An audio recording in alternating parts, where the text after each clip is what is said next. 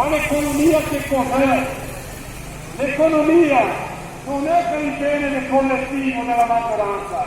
L'economia è per una minoranza di ricchi e di padroni, perché i lavoratori da questa economia in tutti questi anni non hanno avuto niente, solo sfruttamento, aumento dello sfruttamento, una paga da fame, il taglio dei diritti. Se adesso fa uno sciopero in un'azienda ti dicono no, non puoi farlo. Se fa una manifestazione no, va in galera, c'è il decreto Salvini, il decreto sicurezza. E cosa hanno ottenuto i lavoratori, la maggioranza della popolazione, da questo sistema economico?